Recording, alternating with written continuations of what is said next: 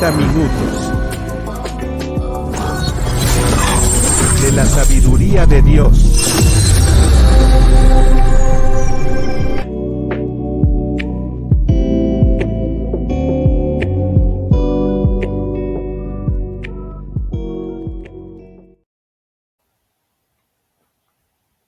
Que la paz de Dios nuestro Padre y la gracia de nuestro Señor Jesucristo sea en cada uno de sus corazones. Bienvenidos a los 30 minutos de la sabiduría bíblica. Comenzamos. Para la Iglesia Católica, la doctrina de las indulgencias es una doctrina muy importante. Por eso, en estos 30 minutos, vamos a descubrir algunas cosas sobre la doctrina de las indulgencias en la Iglesia Católica. Las indulgencias, una doctrina tardía de la Iglesia Católica. Recordemos que las doctrinas de la Iglesia Católica son tardías y se les llaman doctrinas progresivas. ¿Cuál fue el desarrollo de las doctrinas de las indulgencias? Las indulgencias es una doctrina muy importante para Roma. Estas tienen que ver con la penitencia, la absolución de los pecados. Pero, ¿cuál fue el desarrollo progresivo de las indulgencias? La Iglesia de Roma afirma que sus doctrinas aparecen en los primeros siglos como doctrina apostólica. Afirman que la Iglesia primitiva creyó en las indulgencias desde los primeros siglos. La verdad, las indulgencias son una práctica de la Iglesia durante la Edad Media, de otorgar perdón por los pecados en base a los méritos de Cristo. En el Diccionario de Creencias Religiosas, Sectas y Ocultismos, las indulgencias es la práctica de la Iglesia Católica, especialmente en la Edad Media. En ella, otorga perdón por los pecados en base a los méritos de Cristo, al tener sus raíces en la antigua práctica de la disciplina penitencial. Los actos de penitencia, comunes a fines de la Edad Media, y las correspondientes indulgencias llegaron a verse como agradables a Dios y también fueron unas prácticas usadas muchas veces en las cruzadas, también indulgencias llamadas parciales. ¿Qué es una indulgencia plenaria? Plenaria, según la doctrina católica, es la que la Santa Sede ha concedido a los fieles que asisten a las misiones de la Compañía de Jesús. Vean, el único que tiene derecho a dar una indulgencia es el Papa y nadie más. Nadie más tiene ese derecho, según lo que está escrito en el famoso derecho canónico. ¿En qué año comenzaron las indulgencias? Las indulgencias comenzaron en el año 845 después de Cristo. En ese año comenzaron a salir unos documentos llamados los decretales. Estos son una fabricación completa de la historia de la Iglesia romana, que establecieron precedentes para el ejercicio de la autoridad soberana exclusivamente de los papas antes del siglo IV. Los famosos decretales son las cartas de los papas escritas entre los siglos IV y los siglos XV,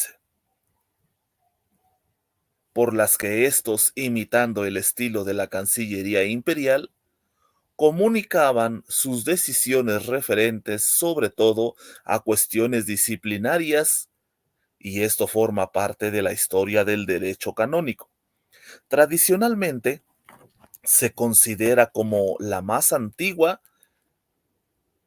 la decretal dirigida por el Papa Ciricio a Eumenio, metropolitana de Tarragona, en el año 384, aunque en realidad se conserva anterior del Papa Julio del 327 al 352 después de Cristo.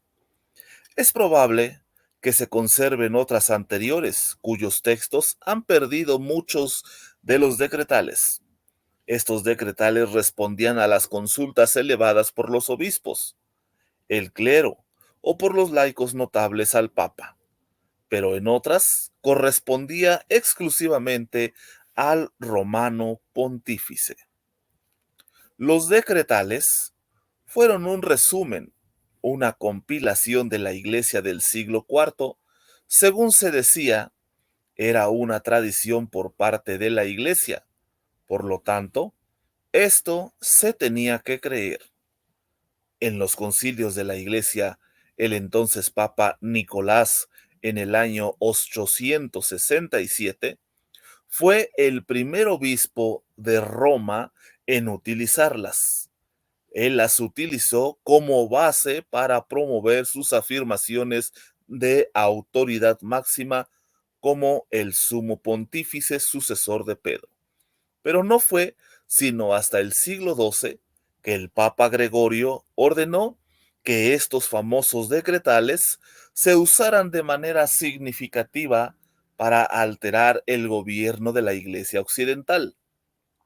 En este mismo tiempo, los famosos decretales fueron falsificados con otros documentos importantes, como fue el documento de la donación de Constantino, que dijo en este documento que Roma tenía la primacía de Santa Sede. También dijo en esta falsificación del documento de la donación de Constantino que Roma tenía la primacía del obispo de Pedro. Y el otro documento llamado también el Liber Pontificius, el cual también fue falsificado junto con otros documentos llamados los decretales. La donación de Constantino, este documento, como el otro documento del Liber Pontificius y los demás decretales, fueron falsificados y fueron codificados en un sistema eclesiástico meramente. En este sistema eclesiástico, y gracias a la falsificación de estos documentos, se elevó al Papa, al Gregorio y a todos los sucesores que vinieran después de él con el título de monarcas absolutos de la Iglesia en Occidente, donde Roma, en Occidente, tenía su sede. Estos escritos luego fueron utilizados por Graciano para componer el famoso Decretum Gelasianum. Este se publicó por primera vez en el año 1151. Este documento tenía la intención de ser una colección de todo lo que Graciano pudiera encontrar y pudiera dar un precedente histórico de la enseñanza del sucesor de Pedro. Como el derecho canónico, por lo tanto, la autoridad de la tradición, que luego podía tener la fuerza de la tradición, tuvo tanto éxito que se convirtió en la obra estándar de la ley de la Iglesia Católica, y lo cual es la base, es decir, la base del derecho canónico y por supuesto la teoría escolástica. En el manual de indulgencias llamado Enchiridion Indulgentarium nos invita también muy seriamente a pasar de la confesión Dei al confesión Peccatorum.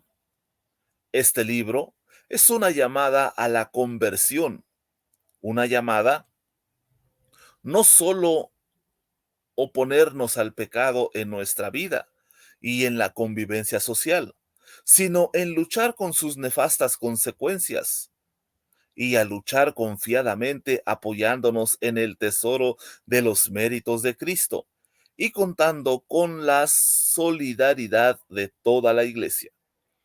Las indulgencias que el Santo Padre concede con la potestad recibida por Cristo, secundando la acción del Espíritu Santo en la Iglesia, ponen de manifiesto el carácter absolutamente gratuito de la remisión de los pecados y la salvación. En la Iglesia Católica existen dos tipos de indulgencia: indulgencia parcial e indulgencia plenaria. A continuación veremos las formas que el Enchiridion Indulgentarium nos expone para poder tener derecho a una indulgencia. Tomaremos solamente 3 de los muchos requisitos para las indulgencias. Número 1. La indulgencia es la remisión ante Dios por la pena temporal por los pecados borrados en cuanto a la culpa que el fiel cristiano, debidamente dispuesto y cumpliendo unas ciertas y determinadas condiciones, consigue por mediación de la Iglesia, lo cual, como administradora de la redención, distribuye y aplica con autoridad el tesoro de las satisfacciones de Cristo y los santos. La indulgencia es parcial o plenaria, según el libre en parte en todo de la pena temporal debida por los pecados. Número 3.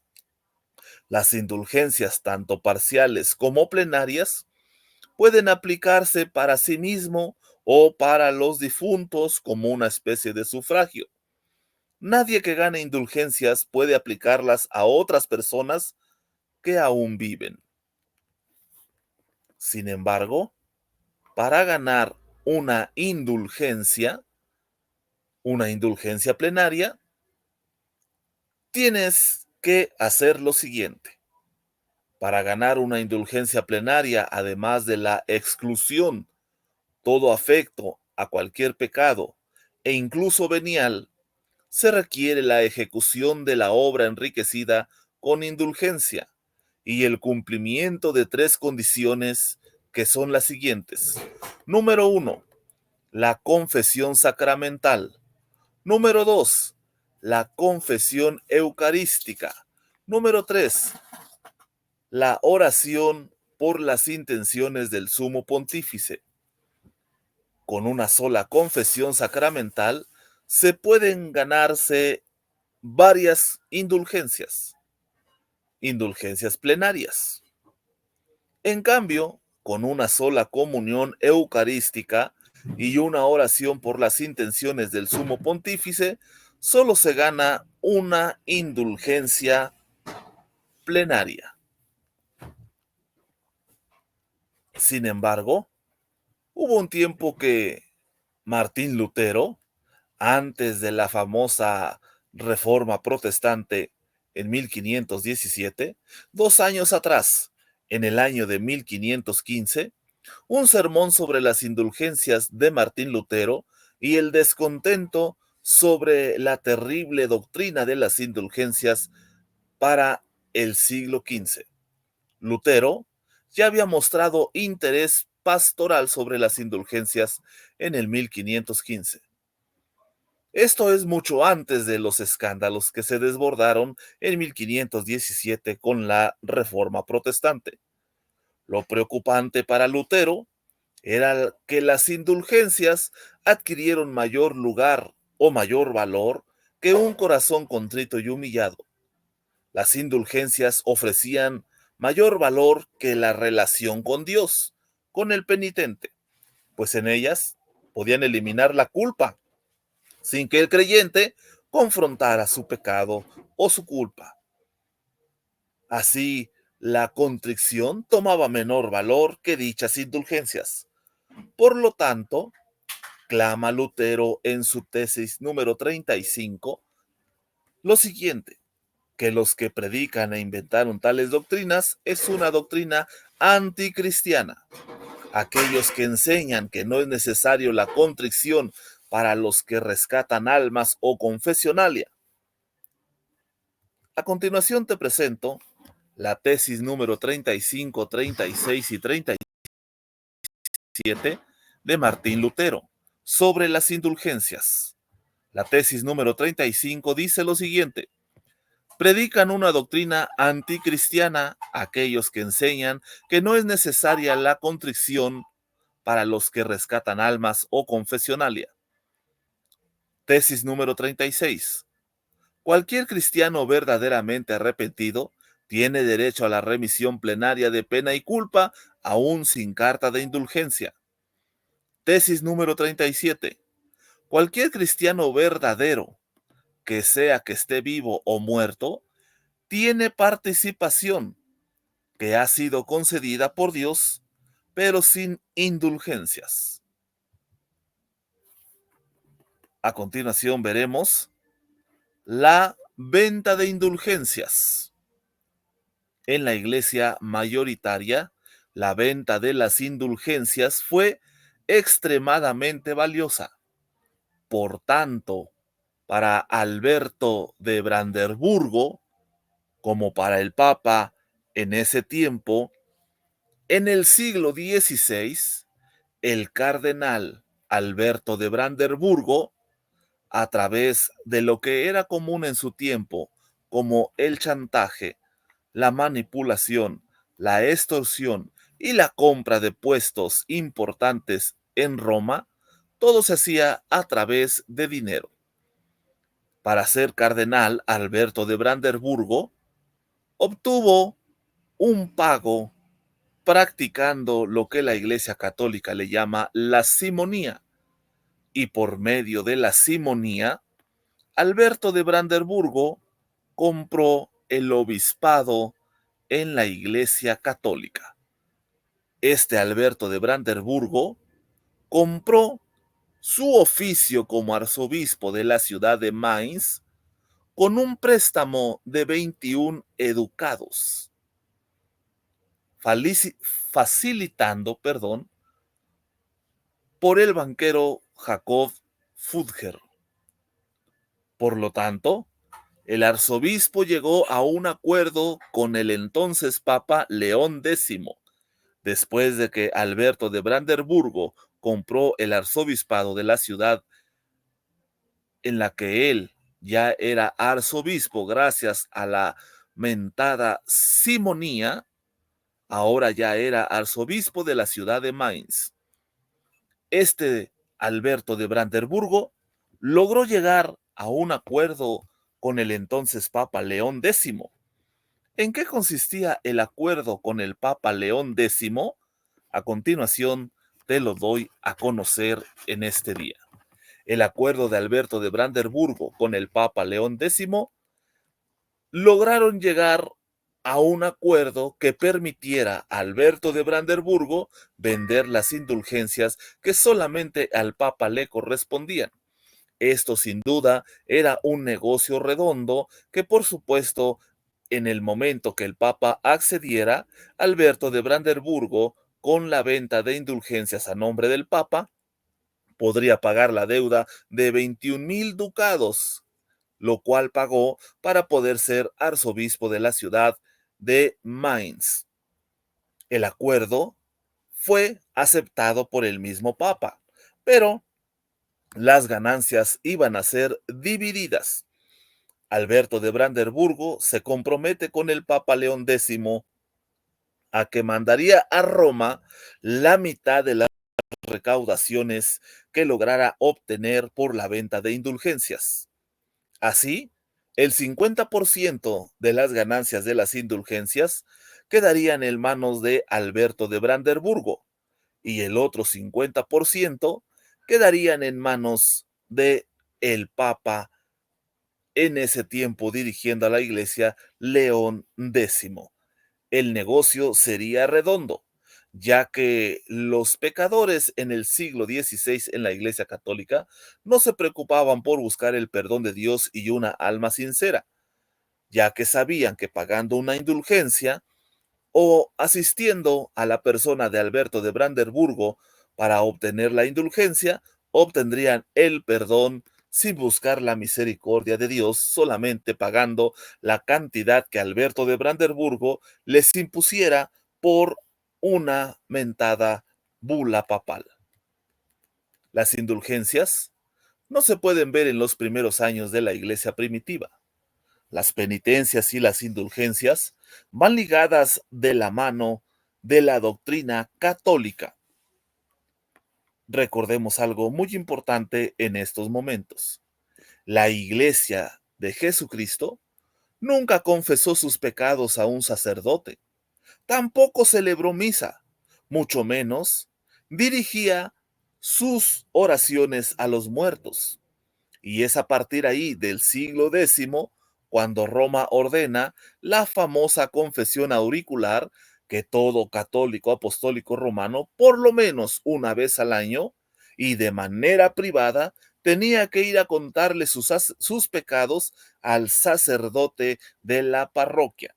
El sacerdote muchas veces se aprovechaba de la confesión de los penitentes a través de chantaje, sobornos e incluso obligando a las mujeres que habían cometido adulterio o fornicación a tener relaciones o una aventura con el mismo sacerdote para no contar lo que le habían confesado en la confesión auricular, violando con esto un término importante de la confesión auricular, donde el sacerdote tenía que quedarse completamente callado y no contar nada de lo que los pecadores romanos le platicaran de manera privada. El sacerdote le tenía que decir unas palabras al penitente pecador que no están en la Biblia y que fueron inventadas precisamente con la confesión auricular del siglo X. La palabra que quería escuchar todo aquel pecador romano era: yo te absuelvo. Con este acto quedaban absueltos de las penas. Ellos entienden que penitencia, a partir del siglo X, es ir de rodillas por las calles al templo, rezar Aves Marías, hacer rosarios, golpear sus cuerpos con látigos, entre otras cosas, para demostrar así, con estos actos externos, un aparente arrepentimiento. Pero ojo con este dato interesante. Todo esto fue progresivo, porque siglos después, es decir, en el año de 1215, para inventar esta doctrina nueva, que es la absolución por orden del sacerdote cuando te pone la cruz, dice estas palabras: yo te absuelvo, y con su mano derecha hace la señal de la cruz, absolución, que sigue a la confesión oral del penitente, que consiste en proferir al sacerdote las siguientes palabras: yo te absuelvo. Esto lo sostiene el Catecismo del Concilio de Trento, que dice: no hay absolución de pecados si el sacerdote no pronuncia estas palabras: yo te absuelvo. El Catecismo de Trento, el Catecismo de Trento afirma que todo sacramento, dice así, y consta de dos materias. La primera materia, que es la llamada elemento, y la forma que comúnmente se le llama los sacramentos de la nueva ley. La forma es tan definida que cualquiera, aun en causal desviación de ella, el sacramento es nulo. Estas son las partes que pertenecen a la naturaleza y a la substancia de los sacramentos. Y de todos los sacramentos que proponen necesariamente, esto quiere decir que si el cura no te dice yo te absuelvo, entonces la penitencia, la confesión, no tiene ninguna validez. Si el sacerdote no pronuncia esta frase, yo te absuelvo. O sea, que la salvación del pobre pecador católico depende de la decisión del sacerdote. El origen de la palabra yo te absuelvo. Escuchémosla bien, en el nombre del Señor. Si al cura se le olvida decir la palabra yo te absuelvo, pues los pecados no eran absueltos. Esta herejía, que raya en la blasfemia, fue inventada después del siglo XII en un concilio ecuménico por parte del catolicismo. Esta frase estuvo contenida en forma igual de absolución usada en la Iglesia por más de 1000 años. Después de Cristo, nunca la Iglesia primitiva usó estas palabras: yo te absuelvo de tus pecados. Así que según Roma, el pecado ha sido perdonado, pero no la pena. La pena tiene que ser castigada. El castigo es temporal, debido por el pecado después que el pecado ha sido perdonado. Entonces, en el sacramento de la penitencia, por la aplicación al penitente, en una parte de los abundantísimos méritos de Cristo, según la Iglesia de Roma, y de la Virgen María y de los santos, llamados la celestial tesoro de la Iglesia, que está bajo la custodia del Papa. Las indulgencias son aplicables a los fieles difuntos, a las almas del purgatorio, es decir, cuando se obtiene una indulgencia o perdón por haber hecho una obra mala a los ojos de Roma, con las indulgencias consigues, según la doctrina romana, 10,000 años de perdón en el purgatorio. Con este perdón tenemos permiso para pecar todo o parte de estos años. Las almas a las personas que nombremos que en el supuesto que estén en el purgatorio. Última diapositiva. Las indulgencias se tienen que pagar en la iglesia mayoritaria y no son gratis. Una madre superiora del asilo de huérfanos que ofrece regalar a cada perpetuo o vitalicio suscriptor a esta institución, porque dicen ellas que el Papa Pío IX, que contiene la firma del Santo Padre, que contiene una indulgencia plenaria a los bienhechores de las huérfanas de Nuestra Señora Bienaventurada. Ojo con este interesante dato. Cada suscriptor anual tiene que pagar 5 euros o 5 florines de la época. Es decir, aproximadamente unos 300 pesos para poder participar de estas indulgencias. Pero también hay suscriptores vitalicios que por 2,000 euros se le garantiza por el Papa una indulgencia plenaria. Así que si el feliz poseedor muere incapacitado, quitado de la pena por orden de la indulgencia del Papa, ese penitente es salvo. Esto es un claro acto de lo que puedes pagar por una simonía en Europa, hasta 2,000 euros, para poder venderte el favor del perdón ordenado por Dios. Interesante dato lo que hemos visto en esta nueva transmisión. Las indulgencias no es más que una ofensa al sacrificio de nuestro Señor Jesucristo, ya que la Sagrada Escritura, a través del profeta Isaías, dice que a todos los sedientos, venid a las aguas, y a los que no tienen dinero, venid comprar sin dinero vino y leche.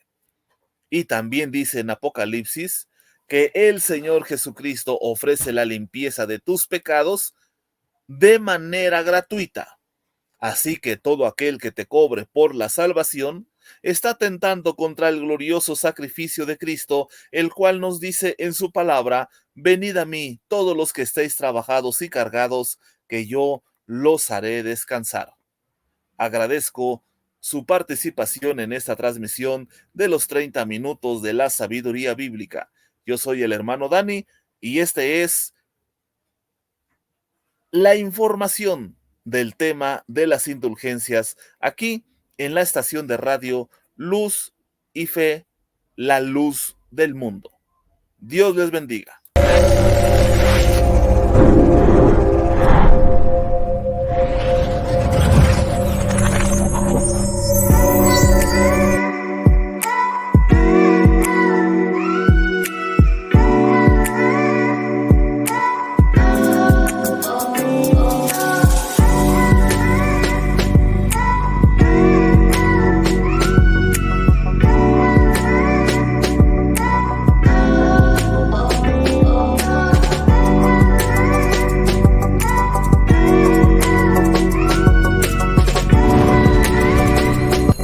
Minutos. sabiduría de Dios.